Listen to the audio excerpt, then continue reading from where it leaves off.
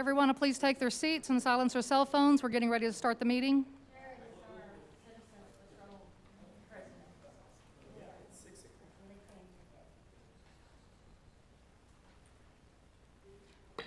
It's 6:00 p.m. I'm going to call the council to order. Please rise for the invocation and pledge of allegiance. Melissa Walden is going to have our prayer.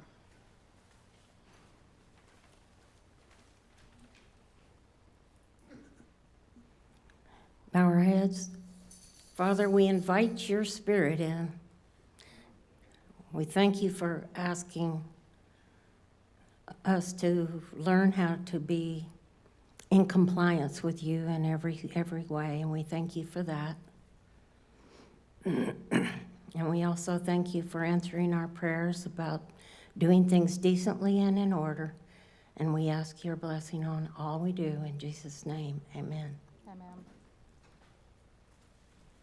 I pledge allegiance to the flag of the United States of America and to the republic for which it stands, one nation, under God, indivisible, with liberty and justice for all. And now the Texas flag. Honor the Texas flag. I pledge allegiance to thee, Texas, one state, under God, one and indivisible. Please be seated.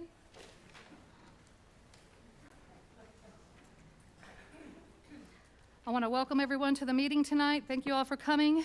Thank you to those that are tuning in on our live stream. We're glad that you're also watching our meetings and participating. Thank you, Mr. Brown, for coming. I was sick, as you know, and I missed the last meeting. And I appreciate your support of my Mayor Pro Tem and making sure that everything ran smoothly in my absence. So thank you, sir. Our city received a great Valentine's surprise yesterday, and I'm going to ask Chief Warner to step forward to the podium, and he's going to tell us all about it. Good evening, Mayor, Council, City Manager, and citizens. I am happy to announce that our long-awaited and much anticipated new fire engine has arrived.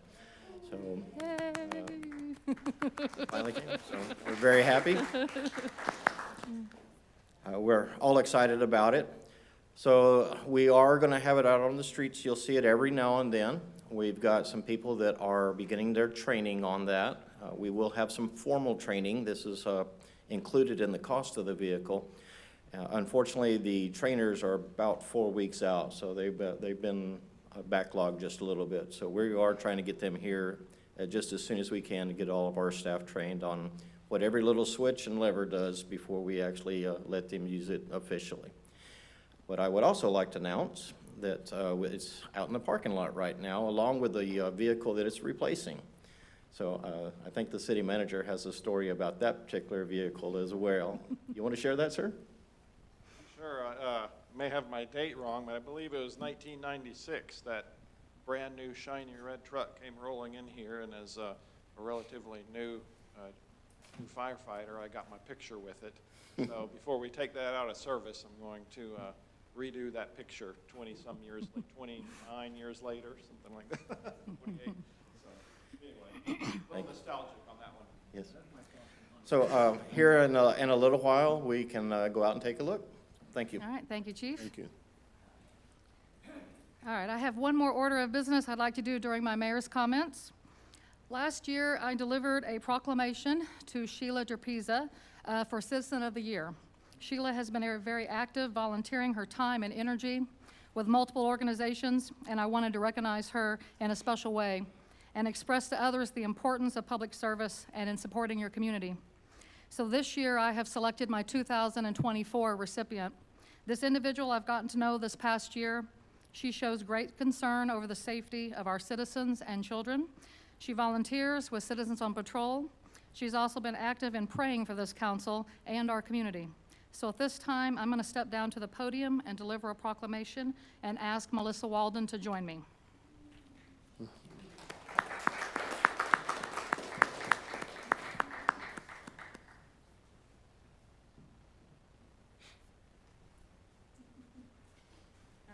On the spot here. All right, I'm going to get to the mic so I can hear it. All right, the City of Keene proclamation.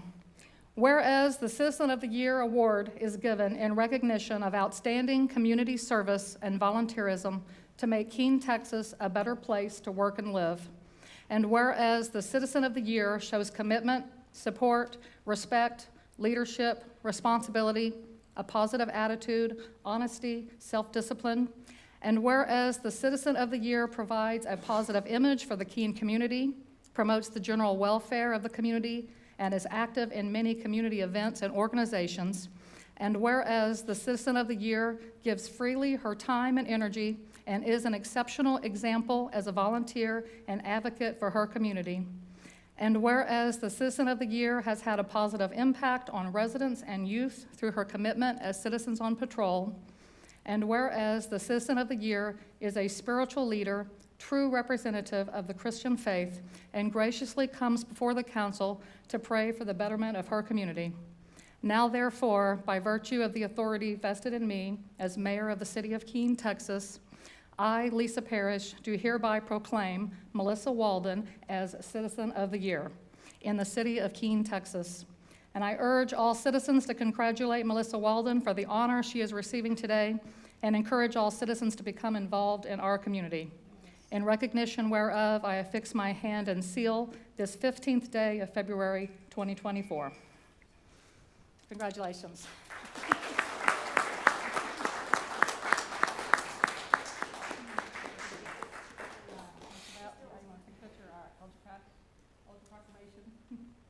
Hold on. I gotta get the reading glasses off. Thank you, Don. Thank you, Melissa. I appreciate it.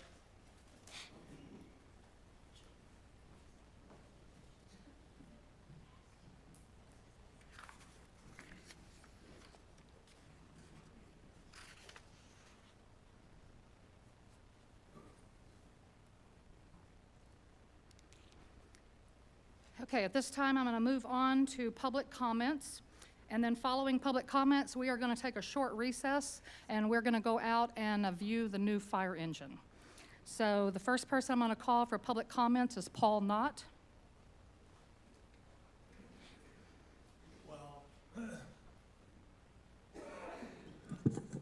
Paul Knott, 107 North Old Mansfield Road, 37 years in Keene. With the dwindling light we have, I'll just be real quick, and that, because I want to see the fire truck, and that's to invite the council and our viewers to, this will be the last opportunity I have to invite you to the 20th Annual Business Expo, Sunday, February 25. We're noon until 4 p.m. at the Southwestern Adventist University Gymnasium, the Lasky Poulter Gymnasium. We have over 54 exhibitors already confirmed. They're coming from Arlington, Fort Worth, many from Keene. A lot of health providers, of course. It's an expo and business expo and health fair. So Southwestern Adventist University Nursing Department is there giving a lot of screenings, a lot of testing. So admission is free, so everyone is welcome. I'd like to see you there. Thank you. Thank you, Mr. Knott. Next, I'm going to call Debbie Bells.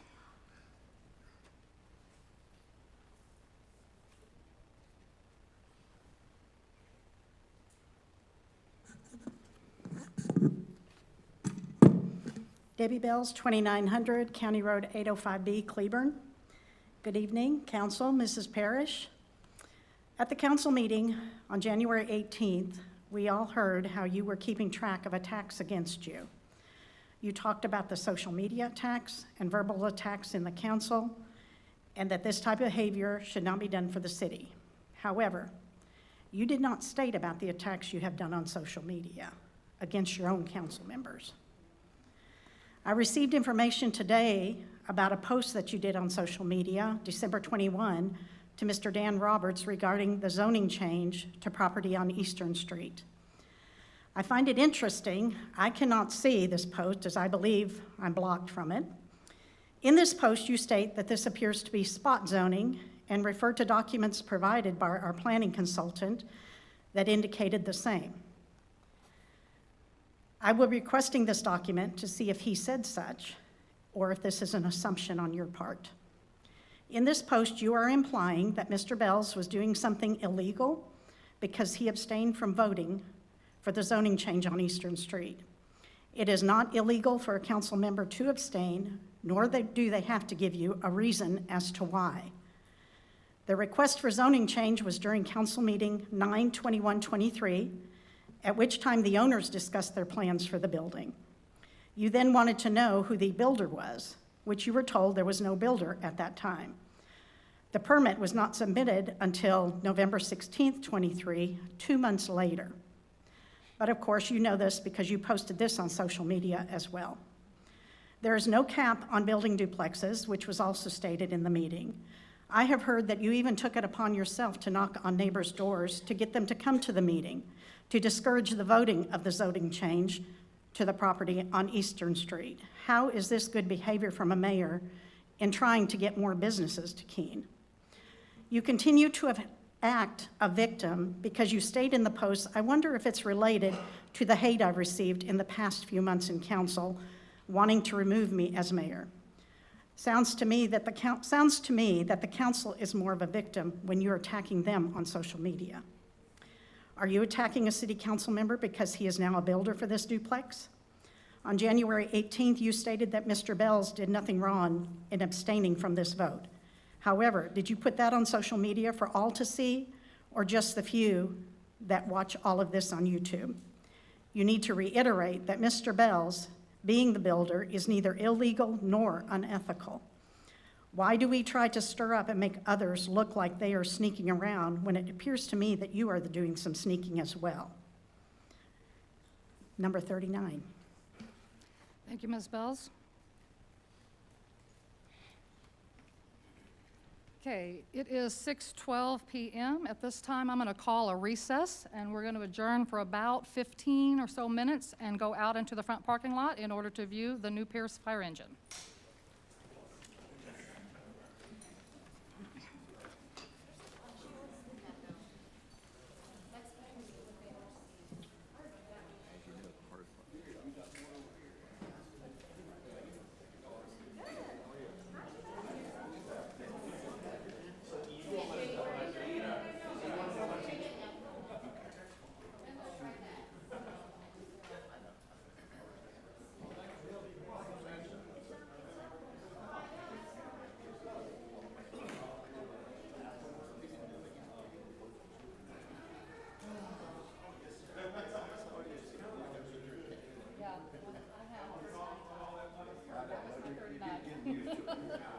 I am keeping track.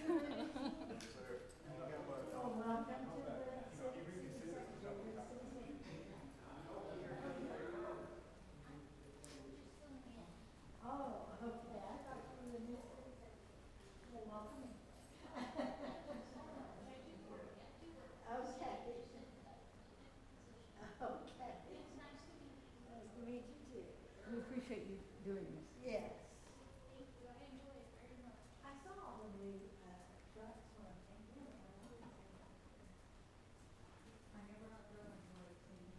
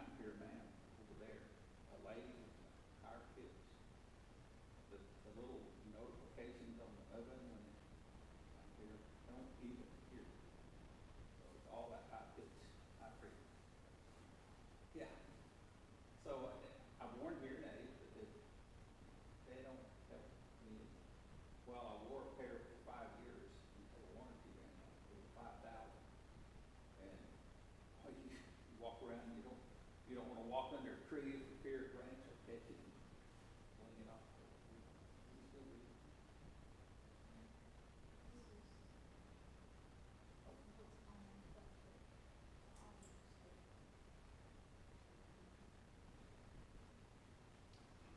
That's nice. That's a nice truck. It is.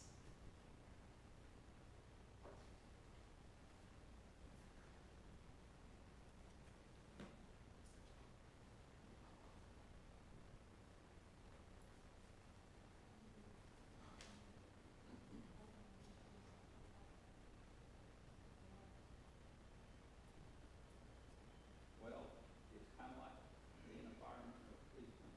Amen. You either are or you're not. Good, how are you doing? And if they love it, they love it. Did you go see it? Yeah. Yeah. Nice truck.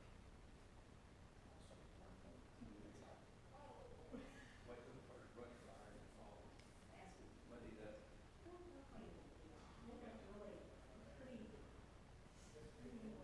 Nice truck. Very nice.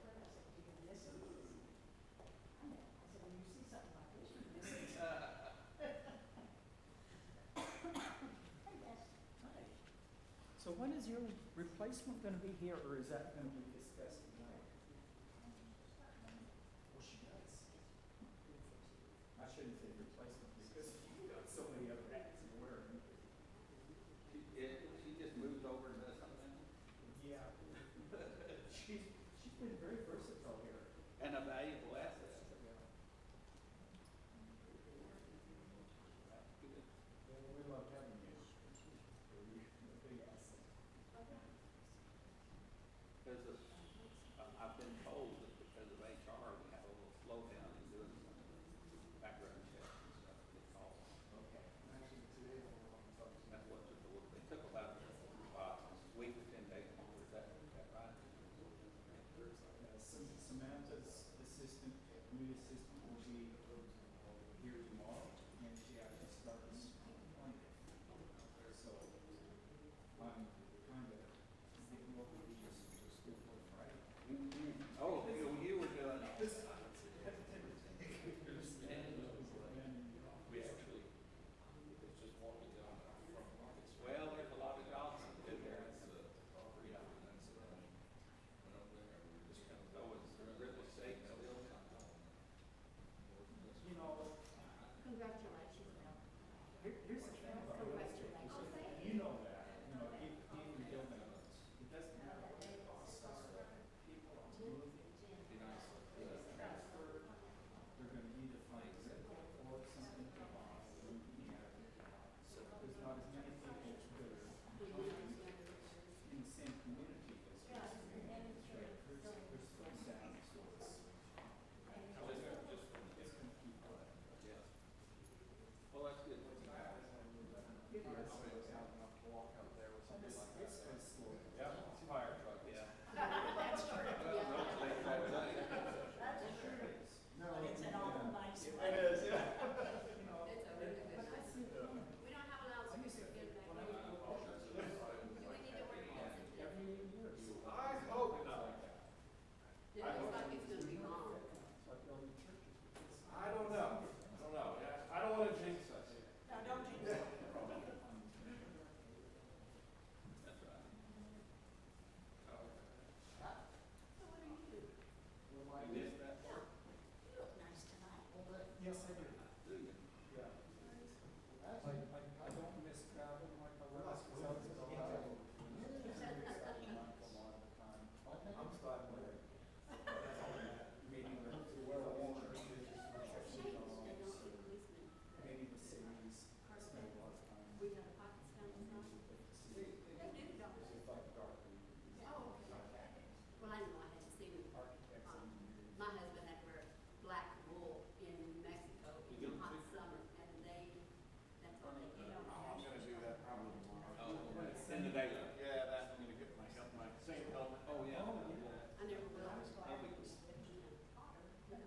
When John would come home, Sandy days, that black wool. Yeah. Yeah, I remember spending, I remember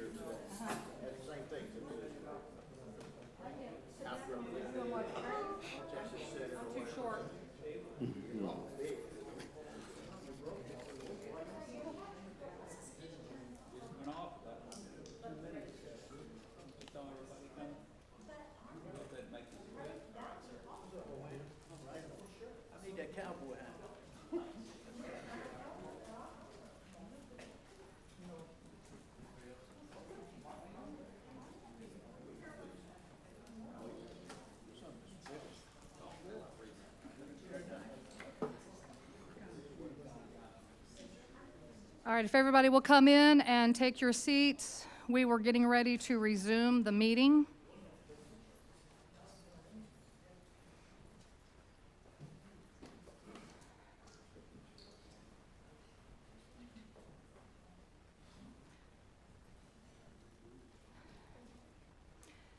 Okay, it is 6:29 PM. I'm going to call the council back to order. And I neglected to mention that we do have a quorum tonight, and Ms. Beeson is absent. Okay, at this time, I'm going to reopen public comments for one final speaker. Mr. Wolf, if you would like to step forward.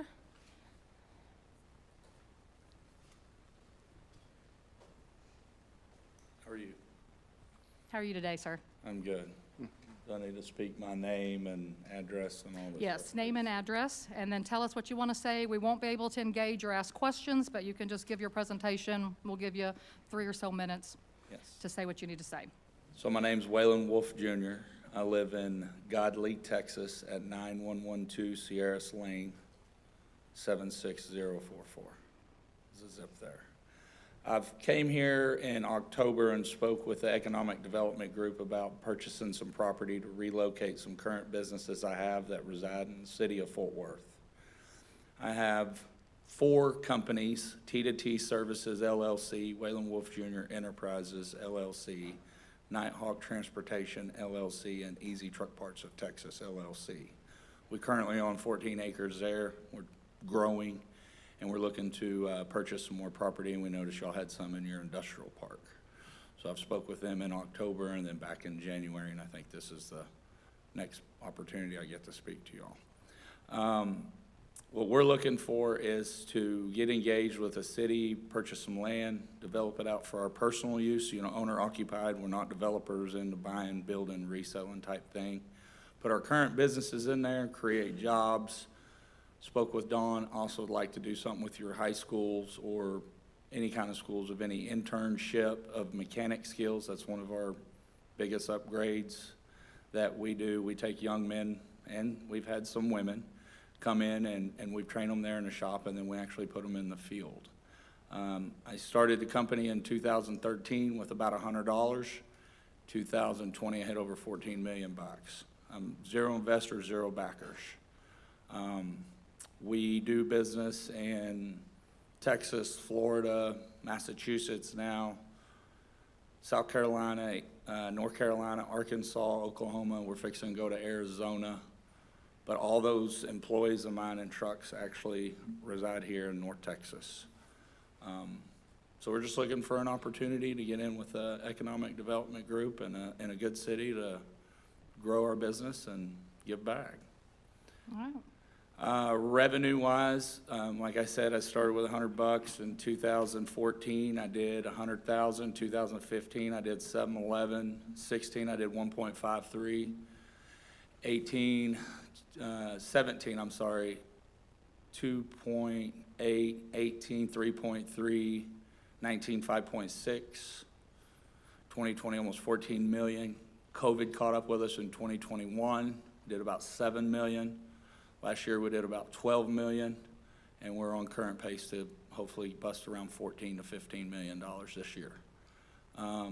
We actually bank with Pinnacle Bank, which I've noticed is here in Keene, and I think a sponsorship of Keene, the city of Keene, or does stuff with the city. We're just growing, and we like to give back. I've shared with Dawn and them. I've got one of my employees that I love to talk about. His name is Jesse. He came out of like Northside Fort Worth. His mom came to me, and we gave him a job. He started at $14 an hour washing trucks at the yard and cleaning up and helping and learning. Didn't have a driver's license, didn't really have a path in life. Today he makes over $130,000 a year, got back with his family, he doesn't drink, doesn't do drugs, and he stays busy. That's the people we like to help. That's a true story.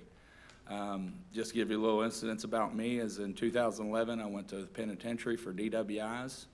I did 2 years, I paroled out. That's how I can prove I had $100 in a food stamp card. I didn't have a place to live, I didn't have no clothes, I didn't have nothing. I went straight to work. I can tell you now I haven't had a drink or drug since October 11th of 2011. And so we'd like to give back to some of them people too that have some challenges and want to get back up on their feet. We work hard, we play hard, and There ain't nothing out there we can't get done. Tax revenues, I know that's a big thing for cities and things like that. Some of our work is taxable, so that amount of money that I just spoke out to you, is some of it is equipment sales, some of it's service work, but it's about 50-50. But I could get all those breakdowns and put down and get together if that's something that we can continue moving forward and get it in front of you. The proposal of the properties is all 4 parcels. Part of that proposal is I would finish the road, me personally, with y'all's design and engineering, but I would pay for the construction, the concrete, et cetera, to go from the industrial park where Pocket Springs is to eventually all the way to 317. Part of that is also in there is I would work with that church to relocate that left or the east side of that church so you wouldn't have to go all the way out and around, and get them some property on some of the property that I'd be purchasing from you. I have spoke with the church, some people at the church. Bob's Disposal was one of our customers, Tammy, and her dad's one of the people that go to that church down there. I don't have any of that in writing, but I don't think they would turn down my offer if I build them a new, building, and I do it on my own dime, So yeah, we're just looking to get in with somebody. We've worked with the city of Haltom City Economic Development. We actually had 5 acres purchased there, bought all the buildings, got ready to break ground, and if we would have outgrown it by now. We've already outgrown pretty much the 14 acres we're on that is leased, and I'm getting kind of tired of putting money into something I don't own. So, yeah, I found it online, came down, talked to Don probably about a year ago, walked around, put some things together, and then we started doing some emails and giving him some financials and stuff and getting me set up to get onto the agenda for, I believe it's the A or B board, the economic board. And spoke to them a couple times, and now we're just trying to get the last step. All right, well, thank you very much. Thank We appreciate you. you coming. Thank you. Thank you.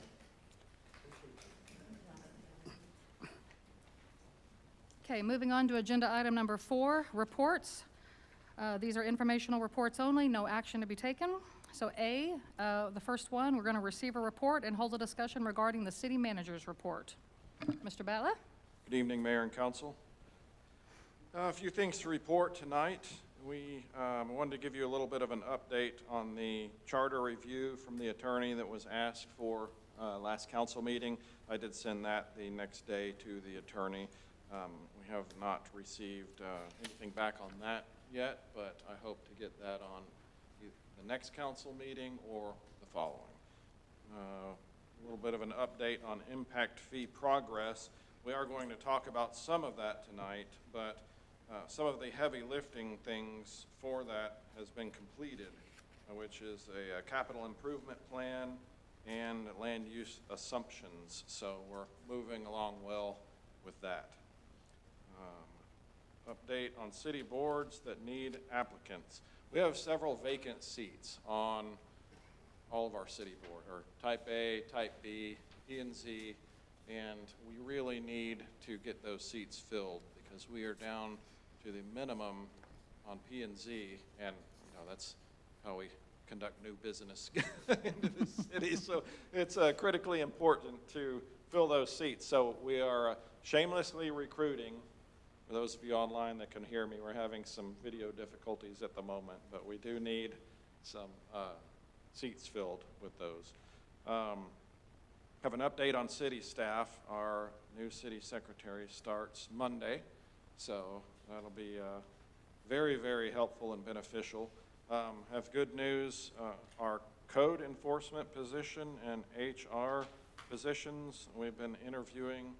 We have made some job offers on those. They've been accepted, so we hope to be bringing those 2 positions on board in the very near future, as well as a part-time position that we had for a facility and park maintenance. So good news on all that. We're finally moving forward, filling some of those vacancies. One final thing, it was requested on the agenda, a few things that we've had to push a little bit farther out.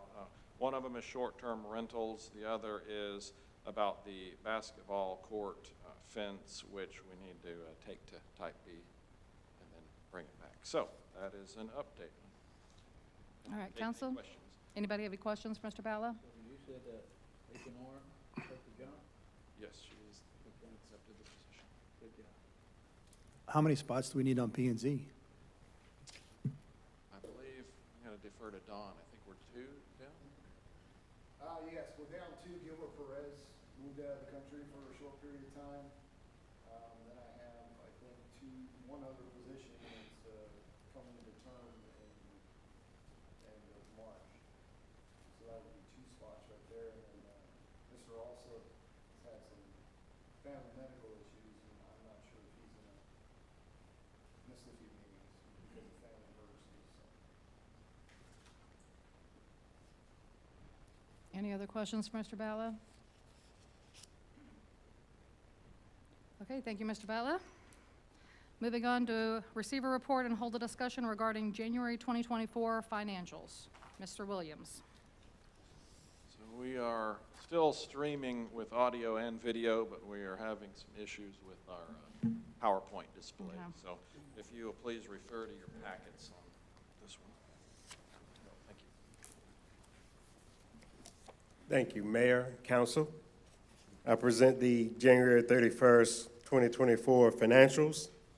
This is the 4th month of this new year. And if you look in your packet, you can see that the target at 33.3%. Just the big line items, property taxes, which is coming along very good. We at 81% in comparison to last year was at 75%. So we are gathering a lot more. And just to kind of give you an idea, we budget at least $300,000 more for this year. So you can see by the percentages and the amount that we are collecting, we are far ahead of the target. The other good news is we holding steady and doing very well with the court fines and fees. In comparison to last year, was at 22.6%, bringing in $33,000. Right now, at this same time, we're bringing in $71,000. So you can see that we are really engaging and taking care of things on the court level. And then the bottom line number, as you can see, is we at least 3.3% more. We coming in at a little over $3 million for this year in comparison to $2.6 million last year at this time. So good news all across the board with that. The other exception is with the fire department, the revenues.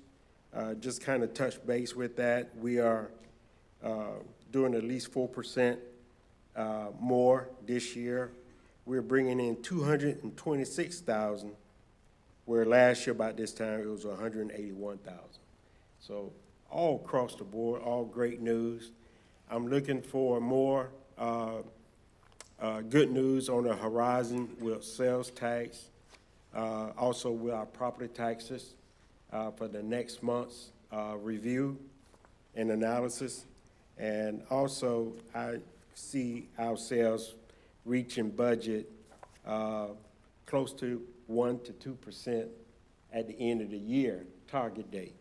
So it's not too far from that target date. So I'm smiling all the way across with the revenues.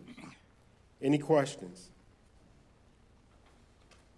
Expenditures on the next page, just real quick. We are well below the percentages at end of January. The only thing that is a tickler is non-departmental, which is the last department on this page, is at 53.3%, and the reason for that is our TML insurance rates has increased quite a bit. When you get something new, of course, they're gonna really stamp on us, and so we have a lot of vehicles that we have fortunately had to get that are new from several departments with the city. And of course, that tag on with the TML insurance property taxes, insurance. Other than that, we are doing quite well. We're still below our target of 33.3%. Any questions? Thank you. Real quick, sales tax. As you can see on the next page, it's a little less in the month of January. A lot of that is dealing with uncertainty with the with the market. People are holding back until the spring. The Feds has looked at around about March and April for sales tax to kind of come back in the fold. So we'll be getting residual amounts increased by then. So those are good news for that. I also looked at Wall Street. Wall Street is indicating the same thing, so around March and April. But we're still doing and steady with that with our target date. Property tax, I already spoke on about that. We're doing a lot better than last year's at this time. Any questions? Water and sewer, very quickly on that. We at target for that as well. Just kind of a touch note, we are having just a few things that we need to really look at is our billing for the water and sewer itself. Our city manager can touch on about rates when we go through our budget workshops. So until then. But other than that, the only big thing I want to touch on, interest income. Thank you to, once again, Councilman Belts for pushing us forward to increase our money market rates. We had 32,141. Our target was 30,000. So we're above what we target for. And you look at last year's, we was a little over 8,000. That's a huge, I can't explain or talk enough about that. So thank you, much kudos to you, Councilman Belts, in targeting and leading that charge. Other than that, we are doing very well.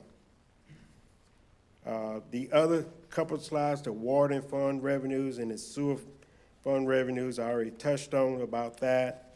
And the last page is dealing with the investment report. Normally, these are quarterlies, but I'm doing it monthly for transparencies and information gathering.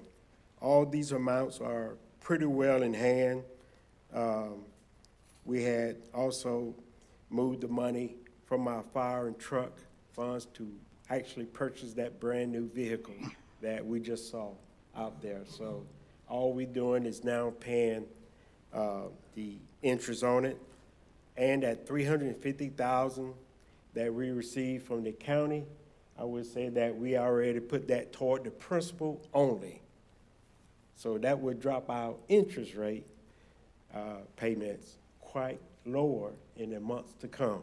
So once again, thank you, council, mayor and council, in heading that up so that it won't be a pain and burden for years to come to take care of that investment that we have outside. Any questions? Anybody have any questions for Mr. Williams? All right, thank you, Mr. Williams. Appreciate it. Thank you.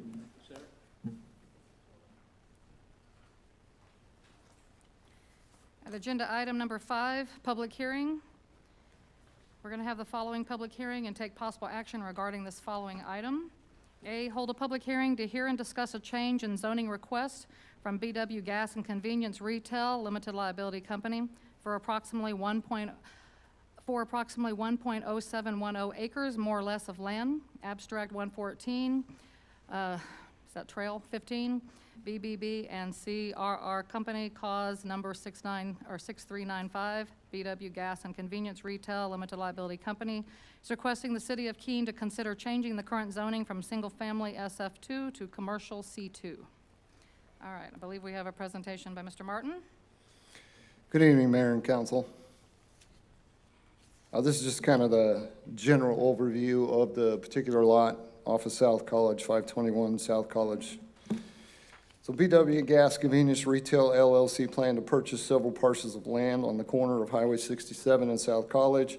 They want to build an approximately 5,640 square foot store with fuel pumps for autos and semi-tractor trailers.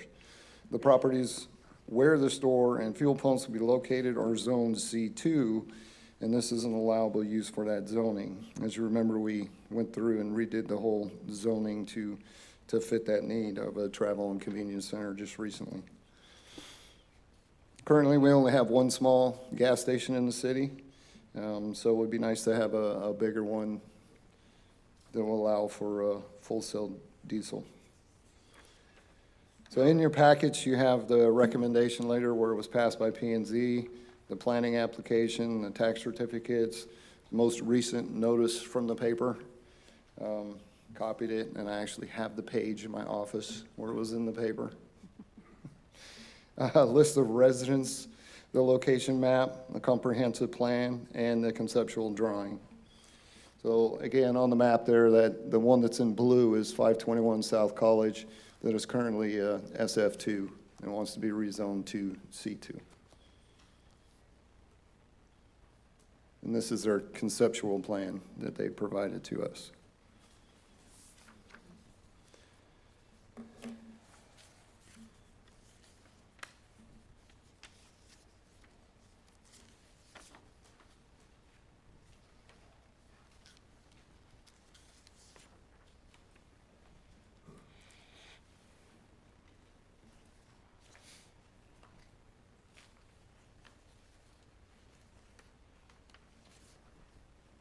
Is there an applicant or anyone that would like to present before we open this public hearing? Mr. Martin, One of the gentlemen is here, yes? do you want to If you say have any anything? questions. I can hobble up there. Thank you for allowing us to present. I feel like I'm having deja vu because I was here. I know, I'm sorry. And so when I got the email, though, I needed to come back, I thought, well, what a great place to come back to. And I practiced it the first time. So we represent Allsups, and we've targeted this site for quite some time and feel that it'll make a great store and a great add to the community. We look forward to starting the project and bringing local hires and revenue to the city. So thank you for the opportunity. All right, thank you very much.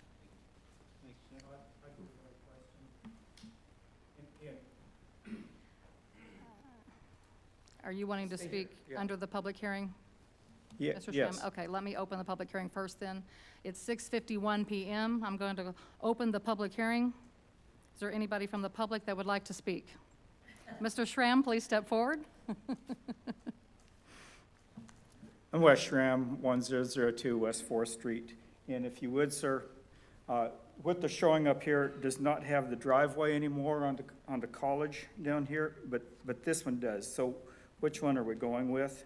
Is it this one that is really close to 67, or is it just the one that is up by where that lot that they're just rezoning?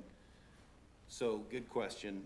We have had several conversations with TxDOT, and TxDOT has jurisdiction on College as well as 67. And originally, we had a plan that just showed a 67 drive and a College drive, which I think is the one that's depicted. And during our last conversation with TxDOT, they did offer us an opportunity to reuse this drive.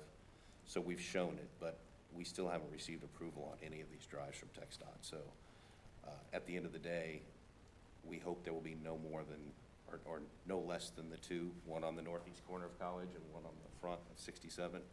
And if this drive here is allowed, it'll just be a bonus to allow cars to get in quicker if they, for some reason, miss the 67 drive, because it'll just be a ride-in only. Okay, so it won't be something that they're going to try to exit from there and get onto Correct. 67 again? Correct. Because that, I see that as being a real potential traffic hazard. Yeah, it'll be a ride-out only, so, or a ride-in and a ride-out only. So, Okay.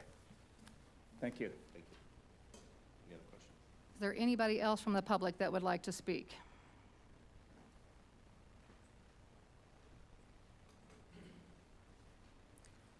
All right, I'm going to close the public hearing at 6:53 PM. Thank you, Mr. Martin. We're going to move on to agenda item number 6, consent agenda. All items below have been previously discussed, require no deliberation, and are routine by the city council and will be enacted with one motion. There will be no separate discussion of the items.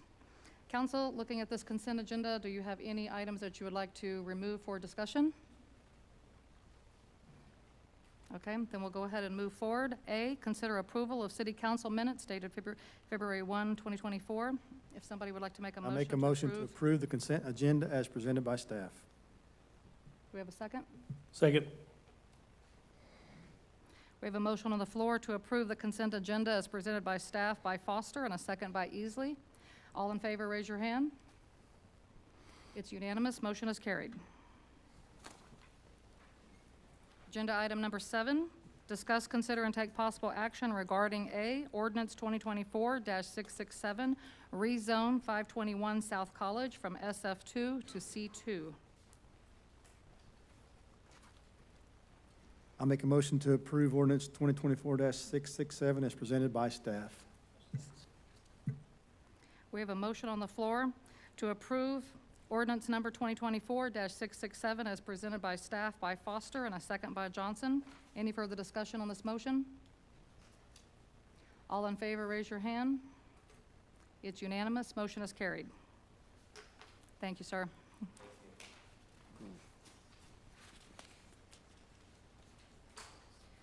Okay, agenda item number 7B. Discuss, consider, and take possible action regarding Resolution 2024-437, supporting the rehabilitation of affordable rental housing to be located at 213 North Valverde Circle.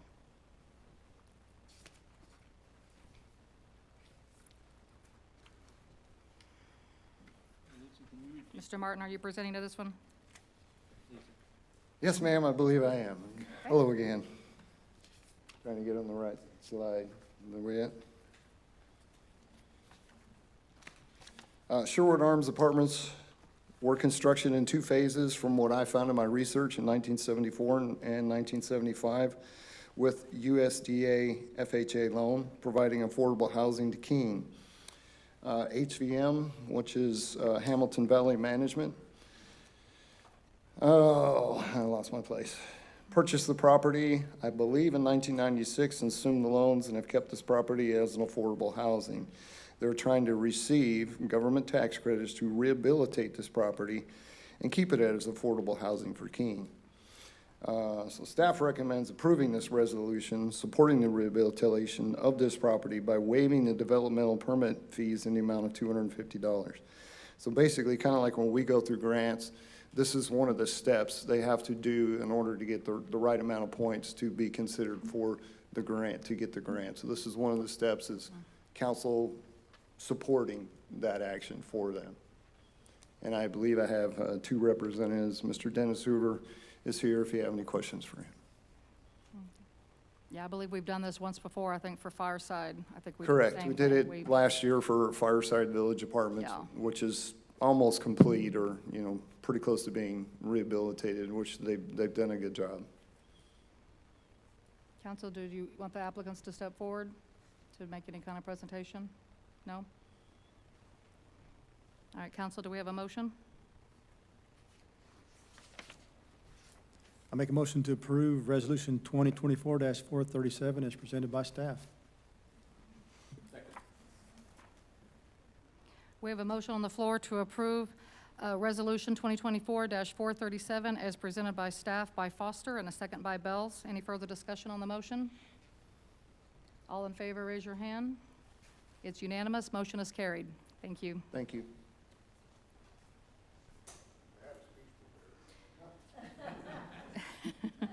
Thank you. Appreciate it. Thanks for coming. Okay, discuss, consider, and take possible action regarding ordinance 2024-669, creating the Capital Improvements Advisory Committee. And I believe, council, you have a ordinance that was given to us, an updated version of that was sitting on your desk this morning. We noticed a couple of changes that needed to be done. You going to present to this, Mr. Batla? Sure, yes. Good evening again, Mayor and Council. We are presenting an ordinance to form the Capital Improvements Advisory Committee. Again, this is one of the many, many steps for impact fees. The Capital Improvement Advisory Committee, there is some very specific wording that has to be used for this committee. If you'll look at section 2B regarding membership. Basically, the advisory committee must be composed of at least 5 members. At least 40% of the members of the advisory committee must be representatives of the real estate, development, or building community, not employees or officials of the city. Additionally, one of those members needs to reside in our ETJ service area so they can be counted as representing that population. So we have that specific wording in here, but we have to select 3 additional people besides the P&Z committee. The P&Z, you can elect for them to wear that hat as well, plus 3 members. And so staff spoke to a few people from the community. Don, you have 2.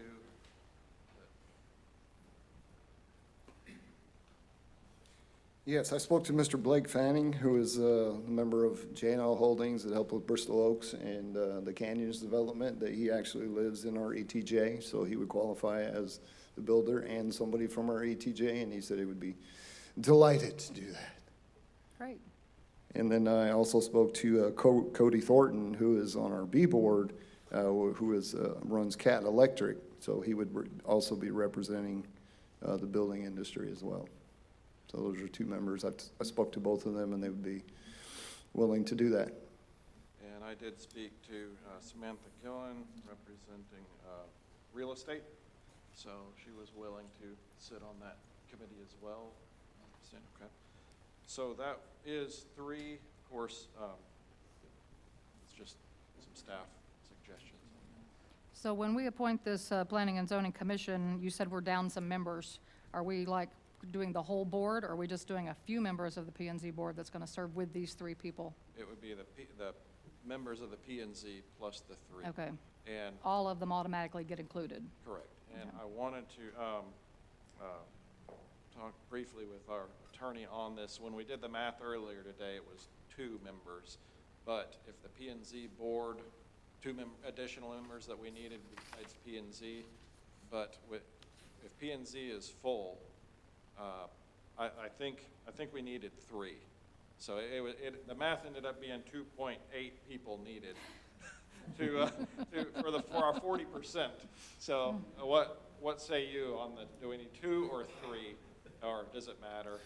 Well, I mean, 2.8, you gotta have you can't round, you gotta round it up to a person, but, no, I mean, if the ordinance contemplates that you could potentially have your full body of P&Z, which is how many? 5. 5, then yes, for 5, you would need 3. Okay. That, or at least 2 of the 5 would have to be, you need 3 that have that building, real estate background that aren't employees of the city or associated with the city. Okay.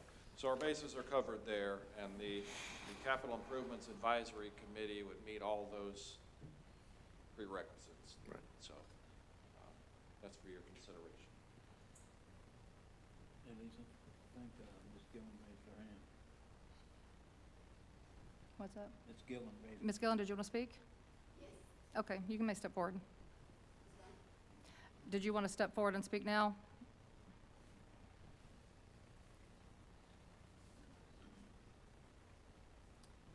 Samantha Gillen, 218 West 4th Street, Keene, Texas. Yes, I think this is a great thing, and I would like to be a part of it. Okay, thank you very much. So who's on P and Z currently?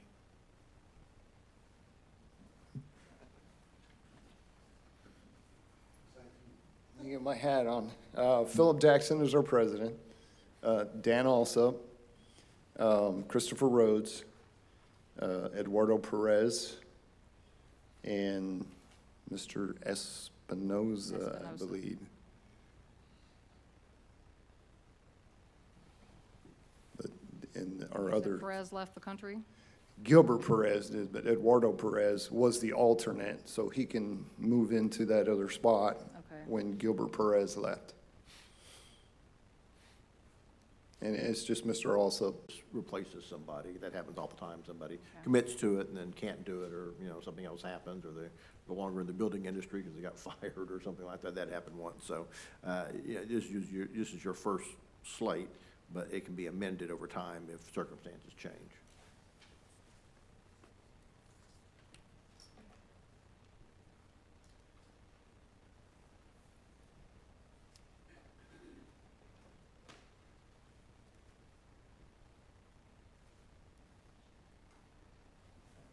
Question on this one. Go ahead, Mr. Schramm.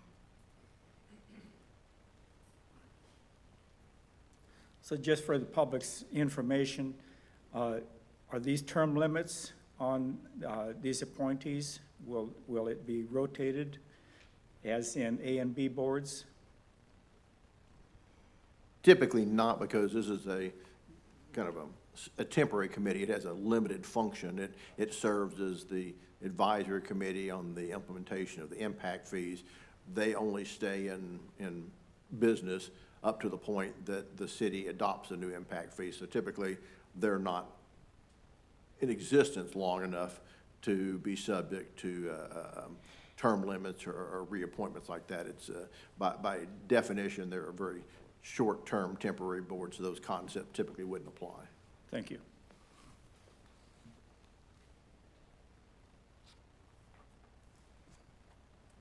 All right, council, do you have anything you want to discuss about this issue to move forward? So what have we come up with the 40% number? Yeah, state law says that you can use your P and Z for the Capital Improvements Advisory Committee, but you also have to have at least 5. You can have more than that, but 40%, however many you choose, have to have some ties to the real estate, the business industry, and if your fees are going to be imposed in the extraterritorial jurisdiction, like these will be contemplated, then you have to have an ETJ member. Now, that ETJ member can also be somebody that is in the building industry, so it could take that out. But assuming we wind up with 7, which would be 5 plus 3, then you have to have at least 3 have to have that building commercial background that are not related, they're not working for a governmental entity in some capacity.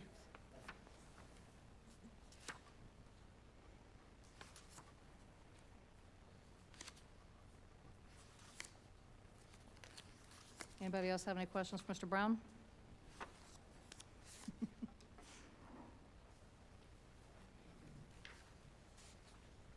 Mayor, I'd like to make a motion.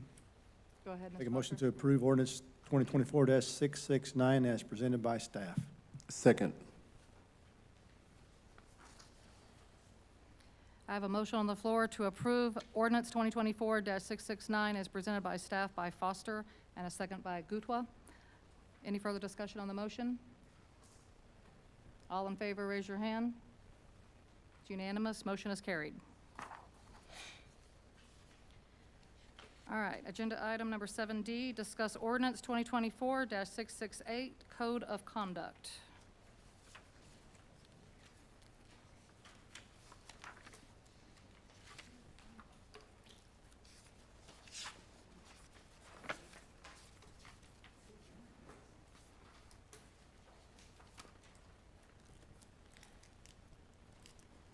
All right, Mr. Batla, I think you wanted to go ahead and speak for a few minutes on this Yes, let me give you a and little. start us off.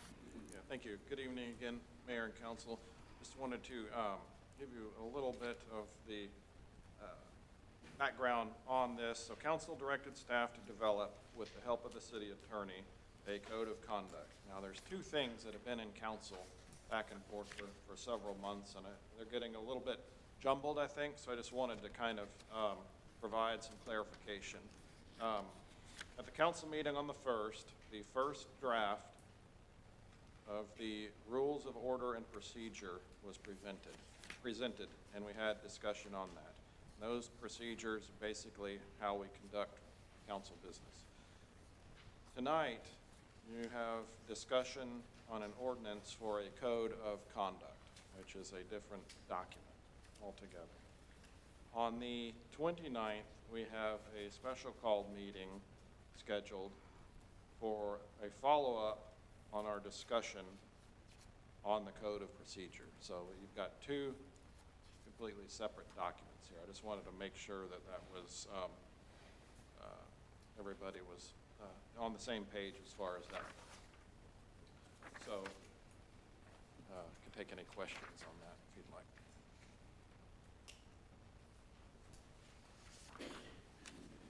So, just so I'm not understanding the code of procedure versus the code of conduct. In our packet, where's the delineation between the code of conduct and then the code of procedure? So in your packet tonight, you should only have ordinance 668 on the Code of Conduct. Right. So on the first council meeting, we discussed the rules of order and procedure. I took a bunch of notes on that. Then we're coming back in the special session to discuss that one. The way I understand it, Councilman Foster, is we had rules and procedures, and then the code of conduct is kind of the enforcement of the rules, the way it's written. The way it's been presented to us is the code is got the teeth in it that says if you violate the rules, this is the consequences. This is the action that can be taken against you, if that makes any sense. That's the way I'm interpreting this, that I've been reading it here. I did ask the city attorney that wrote this, Pat Chesser, a couple of questions, and I did find that when he drafted this City of Keene Code of Conduct for us, he got the drafting from the City of Allen, Texas. I don't know if you're aware of that, Council, but he got that from the City of Allen. And I looked up the City of Allen, and they do have a council manager form of government, the same as we do. They are home rule. They have a mayor plus 6 council members, same as we do, incorporated in 1953. But their population is a little bit different than ours. Right now, their estimated population is 111,000 people. So we are looking to adopt the code of conduct that the City of Allen, a city that has a population of 111,000, has versus Keene, which has 6,000. So I have kind of gone through it and have some questions, but if council would like to speak to this first, and then I can let you know my questions about this document that Mr. Brown will be able to help me with. Anybody have any questions? Well, I just have a question about why we have to have an ordinance pertaining to this when the guidelines that we all operate under are here in the handbook for mayors and council. And this looks like, to me, just at first blush, that this was pretty much, as far as the conflict of interest and the definitions, was just copy and paste from the handbook for mayors and council. So what's the purpose of the ordinance? Can you speak to that, Mr. Brown? Do cities normally adopt code of conduct and rules and procedures like we're looking at? Some do. I mean, there are state laws. I mean, to a great degree, this encapsulates state law in terms of like conflict of interest. But a lot of the things in that manual that you refer to are not necessarily laws. They're more of guidelines and policies, the purpose of a code of conduct. And I'll admit this is a pretty thorough code of conduct for a city this size. And, you know, I think I said last time, the goal ought to be to have things that help you, not hinder you, that you have to spend all your time figuring out what does this mean, what does it say, you know, how do we apply it. But having said that editorial comment, those that have code of conducts, I mean, a lot of the cities, they call it a code of ethics. But it's the same basic principle, is that it sets forth the organization's values that they want for their council and their boards and commissions. Doesn't apply to the employees. Employees are separate. And then it sets forth a process to address that. I mean, what's in here that's not in the state law is what happens if somebody is alleged to have violated this code of conduct or to violate the procedures. And it sets forth a process, a pretty rigorous process of someone makes a complaint and the city attorney, you know, screens it initially and determines on its face, does it look like it's colorable, is there enough there, you know, to go forward and to allow the complaint to go forward, and then it would go to the council to review it. So you don't have any of that in state law. And all your charter says right now is that the council shall be the, basically the arbiter in determining whether or not any council member violates any provision of this charter with no real process. So this I think is designed to create a more formalized process, certainly provides a lot more due process because it has things in here that talks about, if it's a complaint, it has to be in writing. People have a chance to investigate it and confront the people that are accusing them. It's not necessarily a criminal system, but it has certain tracking elements to provide that if somebody is accused of some kind of wrongdoing, that there's checks and balances to make sure that there's a legitimate process and somebody's just not, on the losing end of a vote. And I've seen that in some cities where, if somebody accuses a council member of violating the charter, and all the charter says is, well, we get to decide whether somebody violated the charter, and then if the majority, in one camp, they vote, and the person in the minority camp is either ousted or potentially discharged from the council. So this basically certainly allows a more formal process so that if anybody makes an accusation, it'll have to be investigated, have to be vetted, and have to, it'll be due process for everybody involved. Did that answer your question? Well, not really, because, I'm a big proponent of less government is better. And this looks like we're just got a lot more government, a lot more I's and T's to cross. Not that I'm opposed to conducting myself in this manner, but also, I just don't think we need it. I think we should be able to police ourselves and go by this code of conduct in here and call it good, just me personally. Yeah. And that's inherently a policy decision. That's what y'all will decide. Some cities have, almost no rules, and they just handle it on a case-by-case basis. Some, like Allen, and Allen went through, I'm not the city attorney of Allen, but I'm familiar with it. They went through some turbulent times about a decade ago, and this is how this policy came about, to curb what they thought were being abuses by majority of the council against the minority of the council.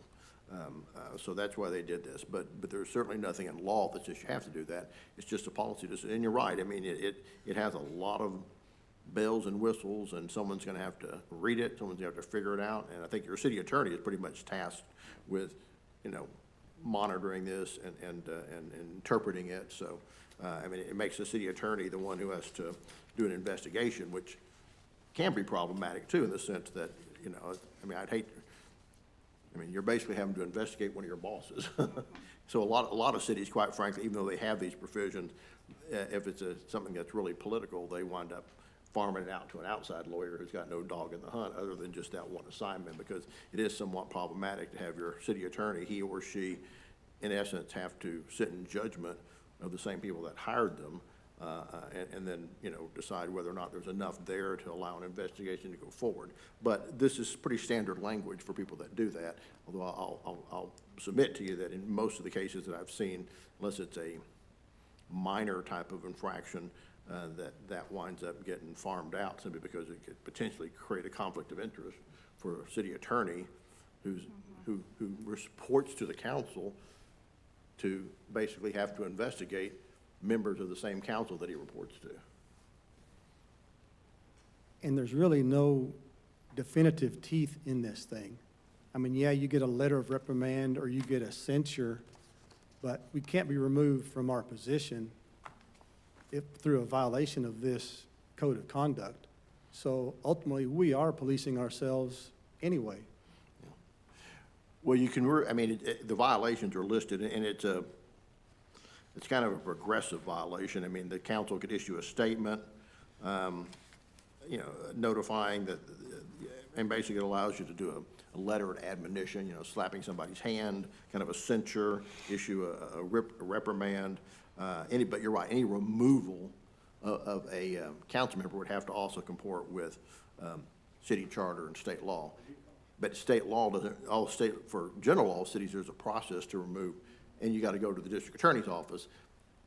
What it says is home rule cities, you get to decide how you're going to remove your people based on your charter. And a charter doesn't have a lot. Quite frankly, it just says that willful violation of certain sections could result in removal, and the council is the sole judge of that. So, I think I'm not advocating for this, I didn't write it, but I would say the argument for it would be that it basically creates a process to remove a council member that, since our charter is just kind of a one-sentence line, it just allows it to it gives you a little more teeth in it. But like I said, the law doesn't require you to do this. This is just certainly a policy decision that the council has to implement.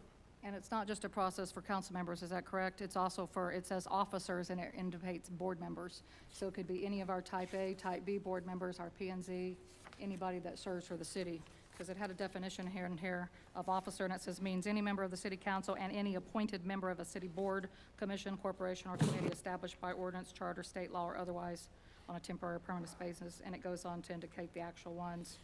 And says Planning and Zoning Commission, Board of Adjustment, Building and Standards Commission, et cetera. Right. Only boards, commissions, committees it wouldn't apply are those that are entirely advisory in nature, like this Capital Impact Advisory Committee. They don't do Okay. anything but advise. So this code of conduct wouldn't apply to them. That was gonna be one of my questions But to it you, would, who but it it was. does, but Okay. does apply to P and Z, Board of Adjustment, Building Standards Commission, and Type A and Type B, because they do more than just advise. They actually make decisions that sometimes council has to bless, but they've actually made a decision, whereas the Capital Improvement Advisory Committee does nothing more than make recommendations. Okay, so it would apply to them, you're saying? It would not apply to It them. would not. It would not apply to them, but it would apply to practically every other board. I can't think of any other boards that you have that would be purely advisory in nature, but I'm not familiar with all your boards. Most of your Okay. standard boards, this is intended to apply to.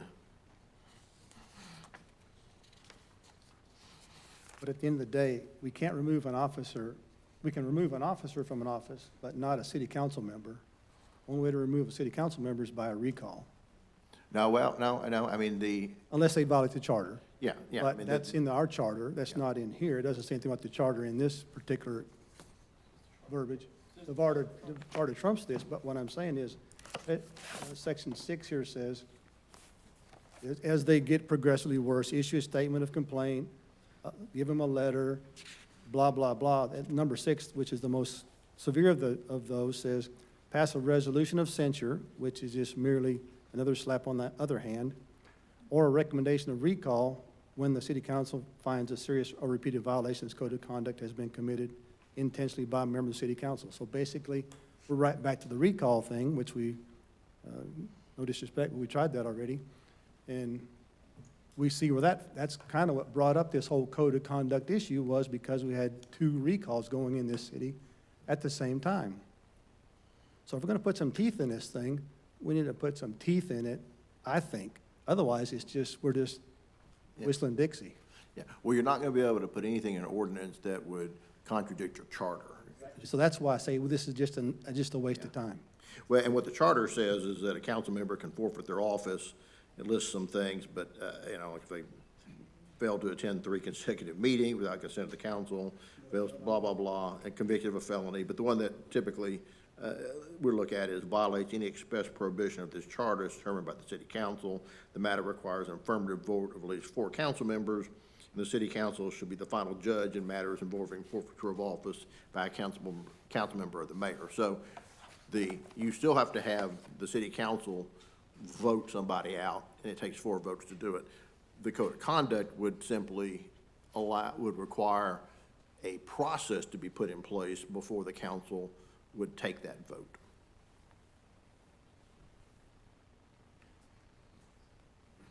Does anybody else have any more questions? Okay, Ms. Gillen? Not on a discussion item. I believe we're not supposed to take public comments on a discussion item. Is that correct, sir? Well, Because we're not taking action tonight? yeah, I mean, we have as the chair, you have the ability to allow comments on anything you want to, quite frankly. Now, if we have a policy that says we don't do that, because we don't want to open up the floor again, but the same token, you know, you could say that you could reopen public comments and let somebody come up and talk about something for 2 minutes. That happens a lot, too. I've got a lot of folks say, well, the public comments are at the beginning of the meeting, and I heard all the stuff, and now that I've heard everything, I want to come back and talk. That's why some councils actually have the public comments at the end of the meeting, or have a public comment session at the top and the bottom. So, yes, if you want to allow that, you can, but if it's the policy not to do it until y'all come up with an actual, set of procedures, then I could say you'd probably be consistent with what you've done in the past. Yeah, I don't think we've totally formalized that. I think that's part of what the rules and procedures are that we're looking to adopt. But I did have a couple of questions for you, and that's why I kind of had you sit beside me. So I looked up the City of Allen Code of Conduct, and I printed it out. And I printed out the one that's been created for the City of Keene.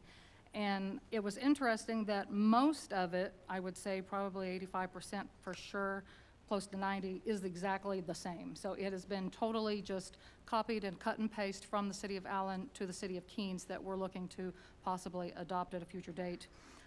Except there was a few exceptions, and I wanted to talk to you about these exceptions and try to figure out why these exceptions might have been done for our city that were not done for the city of Allen. So the first section, council, is under the standards of conduct. So if you'll look under the section that says, it's on page 3, section 30-73, standards of conduct. It was interesting to me when I read ours and I read the city of Allen. The city of Allen actually says, no officer of the city or a relative thereof shall, as its first sentence, and then it goes on to list the different standards of conduct that they shall not do, essentially. But on ours, it says, no officer of the city shall. So the phrase, or a relative thereof, was removed. And I'm trying to understand why that was removed and why you think maybe that was removed. I know you didn't write this document, and our other attorney did, but are we trying to give ourselves a loophole that says that we can have a relative, do something that we can't do, and we're gonna and as long as it's in their name and not ours, we're covered? The next paragraph is actually critical to my question, because on ours, it says, no officer of the city shall, number 1, fail to file a conflicts disclosure statement as is required by VTCA Chapter 176 of the Texas Government Code. But in the city of Allen's, it doesn't say that. It actually says, no officer of the city or a relative thereof shall, and that whole paragraph got changed, and it says, have a financial interest, direct or indirect, in any contract with the city, nor shall such person be financially interested, directly or indirectly, in the sale to the city of any land or rights or interest in any land, materials, supplies, or service. The financial interest contemplated under this article and under the city charter requires that an officer or employee receive an actual financial benefit from the transaction with the city. An actual financial benefit from the transaction shall include, and then it gives 2 clauses, an ownership in the entity transacting business with the city where the ownership interest is more than 10%, compensation as an employee, officer, or director of the entity transacting business with the city where such compensation is affected by the entity's transaction with the city. So what I'm showing you guys is that there's a whole paragraph here that's highlighted in yellow that you can see. This is in the city of Allen's. This is not in ours. It got changed, and I don't know why. And ours just says they just have to file a conflicts disclosure statement. And I printed out what a conflicts disclosure statement looks like. And essentially, it's just a simple form right here that basically just tells the name of the officer, the office that you hold, a gift that you might have accepted, or the nature and extent of any employment that you might have with a business relationship. It also actually mentions family relationship, which is vexing because ours doesn't. So I'm trying to understand. So this is theirs. This is the city of Allen. I'm going to just scoot over here. And this is ours. So this was removed. This whole section was changed. So all we have to do, it looks like, is file a disclosure statement and say, yeah, we have conflict, but we can have a financial interest because we took that out. And I'm just trying to understand, are we giving ourselves a loophole here? Are we trying to say we can have a financial interest? Because I thought that would be in violation of state law. Yeah, typically the state ethics laws and conflict of interest laws apply to the officer, and they say relative within so many degrees of, like you see circles of, there's relationship by blood, relationship by marriage, and it's like consanguinity is one of them, and I forget the term for the other one. But yeah, I think this, at least here, this section in Allen, no officer of the city or relative thereof shall have a financial interest in a contract with the city. I mean, that makes sense because it relates to both the interest of the officer and close family members. I'm not sure why it would make sense that it says no relative thereof shall participate in a vote or decision because they don't vote or I mean, it's kind of poor. I mean, it seems like the discussion of relative thereof fits this first paragraph. But going forward on the rest of them, probably that should just be officer for the rest of them, because you don't really have any ability to, like, for example, engage in outside activities. I mean, you don't have any ability to control what a relative does on that. So I think probably this is not as artfully written. I think what it was meant to say is probably no officer of the city or relative shall, this first paragraph. And probably the remaining paragraphs would only apply to the actual officer itself, because you can't control what a relative does. So if we adopt ours, though, we still can't have a financial interest, is that what you're saying? Even though we took that wording out? Oh, well, you've got other laws, so you can't have financial interest, but now, it probably makes sense to have that section in there of some capacity. I mean, I think that's a good question for your city attorney. I mean, if it was taken from Allen and there were parts that were intentionally or maybe inadvertently omitted, just to find out why, and then he could let, Okay. Brent know. The other thing that I What- noticed. Before we go any further, if you look on page 75 of the, again, the handbook for mayors and council members, it just says there, you have to determine whether the council member or related person has a substantial interest in the business or property that would be beneficially affected by a decision of the city council. So here again, I believe that this That covers it. would cover it regardless of whether Allen did or not. I mean, I don't want to get into the weeds where you got to do what Allen does. We're a town of 6,000 happy people and a couple of sore heads. Well, But, Yeah, I mean, we're spending an awful lot of time here yeah. straining at a gnat and swallowing a camel. When, my question is, if we could go back to this document, if you look on page, oh my, what page was it? Where it talks about gifts, page 2. The definition of a gift says, means anything of value, okay? Regardless of form, offered or given in the absence of adequate, blah, blah, blah, blah, blah. Then if you turn over to 30.73, standards of conduct, letter F, it says, no officer of the city shall, and then F says, any gift which would have been offered or given to the person if such person was not an officer or employee of the city. Who's going to decide that?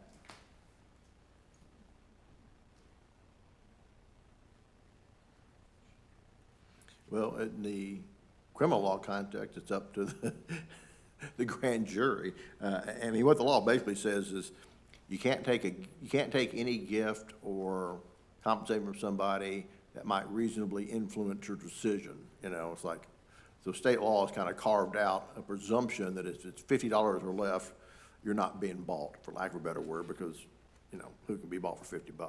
If it's, you know, if it's $1,000, it still may not violate the law, but then somebody has the argument that that they're influencing your official decisions. I think the reason that a lot of cities, or at least a lot, but some cities have something similar to this, is that the violations of the law that you're referring to in the TML book, those are state law. I mean, they have to, my experience, they have to rise to a pretty egregious level before the district attorney is going to say, I'm going to investigate and go after a council member or board member or something like that, because they've got, you know, what they would say is real criminals to chase down. This allows you to have some address misconduct, if you think there is truly misconduct by a council member or board member, that probably doesn't rise to the level of the district attorney saying, I'm gonna act on this, because because a lot of times they just say, it's just not high on my priority. I mean, it could be a criminal law violation, but I've got other higher things that are more important to protecting the community than the fact that, you know, P&Z commissioner allegedly, you know, was taken to a Mavericks game or something by the developer, you know, or something like that. It's like, okay, well, that violates our ethics code. You're not gonna have the district attorney go after chase somebody in that, in my experience, just because there's just other bigger fish to fry. But this would allow you to have a chance to address it locally, because I've seen that happen. If you just rely on state law, you know, I've seen improprieties in cities, and they really didn't, the only option was for somebody to go, you know, first of all, the police say, well, I'm not gonna investigate it because, you know, we work for the city. So you bring in the Texas Rangers to investigate it. And then if they find, and they're rarely gonna find there's enough smoke there. So there's a lot of improprieties that happen, some intentional, some unintentional in different places, that don't get addressed because the ability to get that into the criminal system, if that's your only option, is sometimes a very difficult path to go through, just because that's just the way things are. This was locally give you a chance to look at it, and a lot of times it's a matter of just education too. Like, okay, you did this, it violates the code of conduct, did you know you did that? It's a learning experience, we're gonna move forward, nobody's gonna get thrown off any boards or commissions, but it just gives you a different set. I mean, the city manager has that ability with his employees. If an employee does something particularly egregious, you're out of here. If it's less egregious, then the manager has the ability to coach and to mentor and to train and to educate.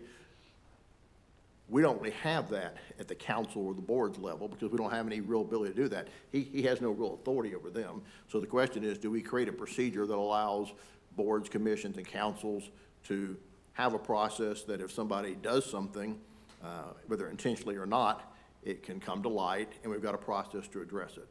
You may not need it. I mean, every city is different. And I'm a big believer if it's not broke, you don't need to do anything on it. Allen had some real issues years and years ago. They needed a very formal process. Whether you need a process that formal, I don't have an opinion on because I'm not familiar with what's been going on here the last, since I've been gone. I got a question. Why are we sitting here talking about Allen? This is Keene. Oh, yeah. Well, because this came from Allen. Yeah. And it's I just. was just wondering. That's what I'm. I know, Mr. Chester found Allen's and then adopted it for ours. That's where he got his information. One other thing I just wanted to point out real quick, and then if council wants to, we can just move on. This is just a discussion only item. But in our document that we have, that is the city of Keene, and then versus the city of Allen, one other change that our city attorney made was when you get to the end of those standards of conduct, on page, I guess on ours, I guess it's on page 4.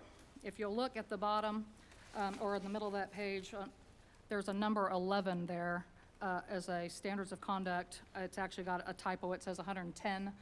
That's supposed to be a parentheses. But on the city of Allen, they have the exact same violations except for that number 1 that totally got changed. And then you get down here and the city of Allen's ends with a number 10. And the number 11 was added just for us. And I'm not sure why either, and that's a question that we can ask Mr. Chesser at our next opportunity. But number 11 got added where it says violate any provision contained in the city council rules of order and procedures adopted by the city of council, which we haven't adopted yet. We just had the first draft of it. But in the city of Allen, which is surprising to me, they don't have that at all. It's missing. They just stopped at number 10. So we've had that added, and I don't understand why we're linking this code of conduct, because they are 2 separate documents, to the rules and procedures to say if you violate a rule, which we're going to adopt at some point probably, then you're going to be violating this code of conduct, and we can go through this very extensive, as Mr. Brown mentioned, complaint against officer investigation process, because the rules and procedures, in my understanding for a council, is just to kind of say, okay, this is the way that we're going to conduct business. We're just going to say, this is the process. We're going to give public speakers 3 minutes. We're going to handle things in a certain order. This is how we're going to organize the agenda. And we're just going to follow the process that we've probably been following. But this is actually linking this in such a way that it says that if we violate that, we're violating this. And then you can be, filed against, a complaint filed against. So I don't know, and if you guys understand that and if that concerns you or not, that is, because I'm thinking, so what if I give somebody 3.5 minutes during public speaking and y'all didn't want me to, and I went over my time? Does that mean I just violated the code of conduct and you're going to file a complaint against me and then do some kind of voter recall in a public meeting or something? I mean, what are we looking at here? Are we going to get that nitpicky? Is that what we're doing?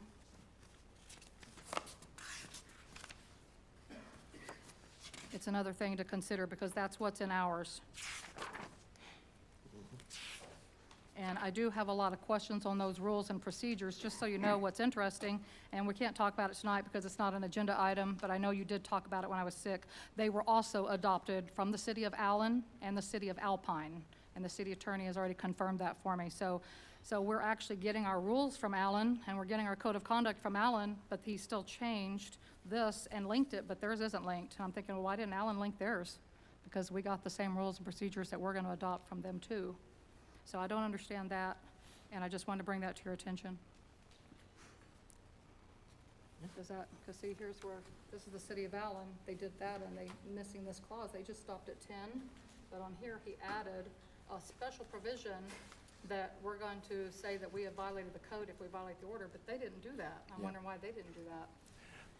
I don't know. It could be that maybe Allen doesn't have adopted rules of procedure. I mean, they may not have, they may just allow the council to conduct their meetings without detailed procedures of how to conduct the meeting. It could be that they don't include that because they don't have that. It could be wrong, or it could be that they have it, but that document has its own set of, Well, they have a lot of rules and procedures that are in our rules and procedures that council discussed at the last meeting. They're almost word for word verbatim, with a few tweaks as well that we're gonna go over at a special meeting coming up, because I've already requested that if council wants to proceed with that, I have some questions for Pat Chesser to answer about why he made those changes in that document as well, and some additions. I think those are fair questions. All right, council, what do you want to do about this item? This is ordinance 2024-668 Code of Conduct. We're just discussing this. There's no action. Do we want to move forward? Do we not want to move forward with this? What's the consensus? Mayor, Yes, sir. I spent all week being very confused about all of this stuff. So finally today I called Pat Chester and I said, can you explain to me what's going on here? And his comment to me was, we asked for the rules of order and procedure, and this more or less followed it. And I'll quote him to say, it doesn't matter to him whether we pass this ordinance tonight or not, but we do need the rules of order and procedure. I've talked to several council members about this, just casually, and nobody really knew what the difference in this was and what we spoke about last week. We were all very confused about it. Had a conversation with Mr. Battler today. I said, what are we doing here? And we finally figured out that that there's two different documents here, as we've talked about tonight. Pat Cheshire said at the meeting on the 29th, he will explain some of the reasons for this. So I can't speak for anybody else, but why not wait till then and try to answer a few of these questions, and we'll move on tonight. Okay.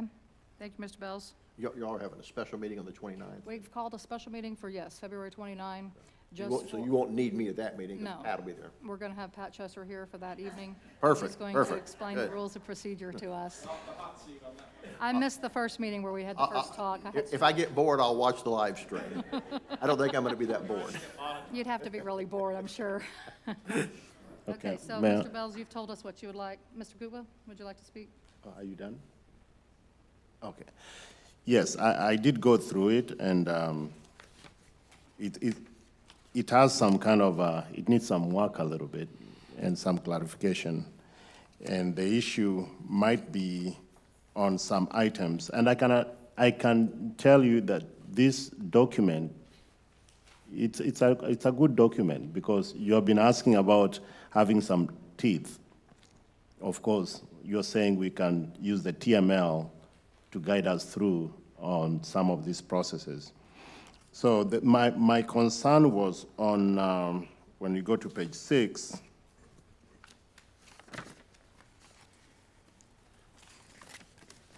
and the attorney did talk about this a little bit. When I was reading, this is where the problem is. As you say, there's conflict of interest right there. Page 6, that's under the complaints against officers. And there are some sections here, like the first paragraph on page 6, the third line from the top. The city attorney may contact the complainant. And then when you move a few lines down, when the city attorney receives a vague complaint or one lacking in detail, the city attorney shall contact, shall. And there's some kind of, a little bit of may, shall. So it makes this process look like it's kind of political, because it's at the discretion of the attorney to decide if is going to continue with the investigation, whether he has the facts are correct or they're just vague. And another section here, it's saying it's giving the attorney the power to subpoena and all that stuff. And then we have another section here. The city council may appoint outside legal counsel or may direct the attorney to appoint outside legal counsel. And then there's or the city attorney, in the city attorney's discretion, may appoint outside city legal counsel. It looks good on the surface, but as you said, the city attorney works for the council. And for some reasons, if the city attorney is biased and he wants to please the 4 council members, I'm talking about Keene, I don't know about Allen, we have 6,000 people, and if the city attorney wants to please the 4 who have the power to fire the city attorney, then he might proceed with the investigation. And if the city attorney feels like, oh, we have 1 or 2 or 3 council members that I have to kind of,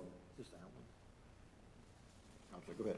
yes, that I have to exercise my power as described in this document, then the city attorney becomes a political figure, which doesn't help the city. So if I know Councilmember Bells has said he doesn't have the appetite to work on this document, which has the teeth that Councilmember Rothfuss has been asking for a long time, you want teeth. And I can see a lot of teeth right here. The only problem I'm having is having only the city attorney, who is under the council, to have a discretion of either to go after somebody or not to go after somebody. And if they can have something like an independent committee, I know the budget doesn't allow either on voluntary, then you can work with the city attorney to go through some of these processes. I think the document will be a very good document. But I know, I understand why you are opposing it. You don't want it. I can see it. The thing is, the only issue here is just giving the attorney the power to conduct these complaints from the, wherever it may come from. And then, In your opinion, who else would you have do it? as the attorney has said here, some cities have ethics. If you violate something, it goes before a committee, and then they have to go work with the city attorney and to determine if they need to seek for external or outside legal counsel to be able to follow through with the investigation. But here we are giving only one person, and that one person is working for the council. Well, it says It's the kind city of- council may appoint outside legal counsel, so the city council could make the determination to bring in outside counsel, independent of, or different than Mr. Brown or Mr. Chesser. Yes, and that's after, but the attorney has to start the process. It doesn't say that. It's down here, it's saying, It doesn't say where the city council, it doesn't say step 1 has to be this way. It just says the way I read it, anywhere in the line, the city council may appoint outside legal to, In the blah, very blah, first blah. paragraph, under section 3076, complaint against officers, in the middle there, it says that the city council and immediately refer the complaint to the city attorney, who shall initially review the complaint to determine if the complaint contains sufficient detail and alleges a violation of the code of conduct. And then it goes on in the next paragraph to say that the city attorney submits a written report. The city attorney may contact the complainant, interview witnesses, and examine any documents. okay, suppose that goes nowhere to your satisfaction. Then the city council could step in and say, you know what? I'm going to bring in outside counsel, and we'll have somebody who's unbiased or not paid off by a $49 gift or whatever it was to get to the bottom of this. So our hands aren't tied either way. We certainly don't need to go to a committee to have them decide if this thing needs to go any further. Good grief. The reason why Mayor, the reason why I'm bringing in the committee, when you have 2 or 3 or 4 people who are looking at an issue, it becomes easier to be able to have a collective kind of decision. But when you put it under one person, and the attorneys are not supposed to be biased, they're supposed to serve the interests of the city as a whole, not just one council member, 3 council members, or 4 council members. But if you have one, of which there are several out there, it can be a very big headache, because they can go through this process and then they'll do whatever they want to do, and then in a few months, every year we have election in Keene. And then it creates a headache for the staff because the attorney went political, so they are biased. Any other council want to speak to this? Mr. Easley, you have anything you want to say? I'm ready to move on. What's that? I'm ready to move on. You ready to move on? Okay. Do you want us to continue this at the special meeting? And no? Okay. Mr. Johnson, would you like to weigh in? Would you like this continue on as a conversation for the special meeting in which Pat Chess is going to be here? Yeah. You would? Okay. Mr. Foster, did you want us to? How many ayes do you have so far? I have, Mr. Bell said move on, Mr. Easley said no, Johnson said move on. Do you want us to talk about it again, or not worry? I think it will be appropriate, because you said the attorney will explain this in the next, when he's available. So we can probably give the attorney to be able to explain the intent of this document. Okay, Thank you. then we have okay, then we have a majority. All right, consensus, go ahead and add it to the special meeting.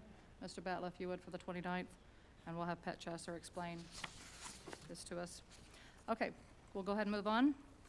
Agenda item number 8, executive session. Pursuant to the Texas Open Meetings Act, Chapter 551, Texas Government Code, the city council may convene into executive session at any time during the meeting that a need arises for the city council to seek advice from the city attorney as to any posted item, and by the following authority. A, 551.072, deliberations about real property. It is 7:52 p.m. We are going to convene into executive session.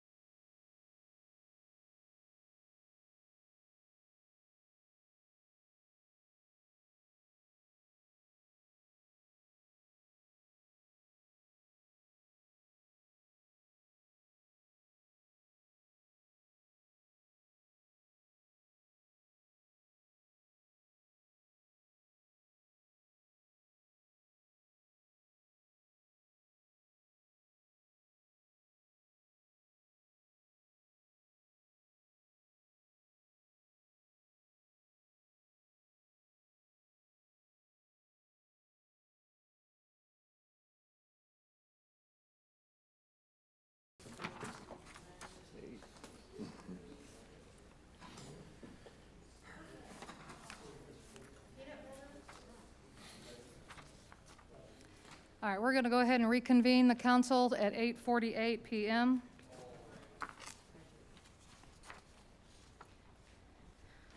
At this time, there is no action to be taken, so we're going to move on to agenda item number 10, requests for future items on the agenda. Council, do you have anything you would like to add to a future agenda? We still have our special meeting called for February 29. That's going to be over rules and procedures and the code of conduct. Yes. And then there's a meeting that will be actually the next week after that, the first week in March. We'll have 2 meetings back to back. So this would be a request for that meeting. Do you have anything you would like to add? I'd like to discuss the necessity of having the chief of police sit in on executive sessions. Okay.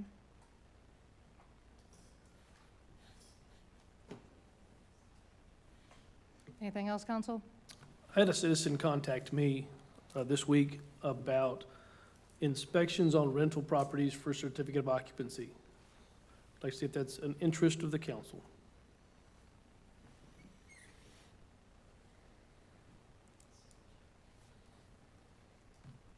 Okay, anything else? Is that, could I clarify? Go ahead. Inspections for rental properties? Yes. Yeah. Yeah, like a certificate of occupancy for a new building, every time it re-rents, there's an inspection to make sure it's up to code. Thank you. All right, it's 8:49 PM. Meeting is adjourned. Oh,